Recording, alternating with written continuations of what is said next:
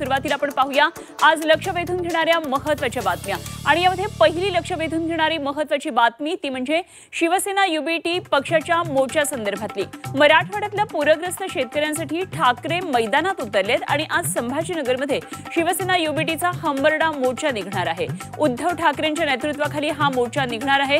सरसकट कर्जमाफीसह शेतकऱ्यांना हेक्टरी 50,000 रुपये मदतीच्या मागणीसाठी हा मोर्चा होणार आहे। सरकारने जाहीर केलेली मदत तुटपुंजी असल्याचा दावा युबीटीने केलेला आहे। त्यामुळे आज या मोर्चामध्ये स्वतः उद्धव ठाकरे मैदानात उतरतात। त्यामुळे या घडामोडीकडे आपले लक्ष आहे।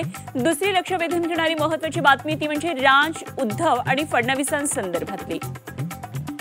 एकीकडे राज उद्धव ठाकरेंच्या युतीची जोरदार चर्चा सुरू आहे। ठाण्यामध्ये 13 ऑक्टोबरला मनसे शिवसेना युबीटीचा एकत्र मोर्चा निघणार आहे। नागरिक समस्यांबाबत एकत्र मोर्चा काढण्यात येणार आहे। दरम्यान दुसरीकडे मनसे अध्यक्ष राज ठाकरे आणि मुख्यमंत्री फडणवीस आज एकाच मंचावर येणार आहेत।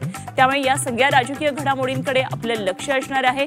आणि तिसरी महत्त्वाची बातमी ती म्हणजे नाशिक महापालिका भाजप स्वबळावर लढण्याची शक्यता आहे। पक्षाची ताकद ही अधिक असल्याने स्वबळाची चाचपणी सुरू आहे। जिथे महायुती शक्य तिथेच एकत्र अन्यथा मैत्रीपूर्ण लढत असं सूचक विधान नाशिकमधल्या बैठकीनंतर फडणवीसांनी केलंय। त्यामुळे नाशिकमध्ये संपूर्ण जागांवर लढा तर 100 पेक्षा अधिक जागा मिळतील असं आवाहनही फडणवीसांनी केले। त्यामुळे आता लक्ष असणार आहे नाशिक महापालिकेच्या या रणनीतीकडे आणि असाच कित्ता इतर महानगरपालिकांमध्ये सुद्धा गिरवला जाणार का या राजकीय घडामोडीकडे लक्ष असेल।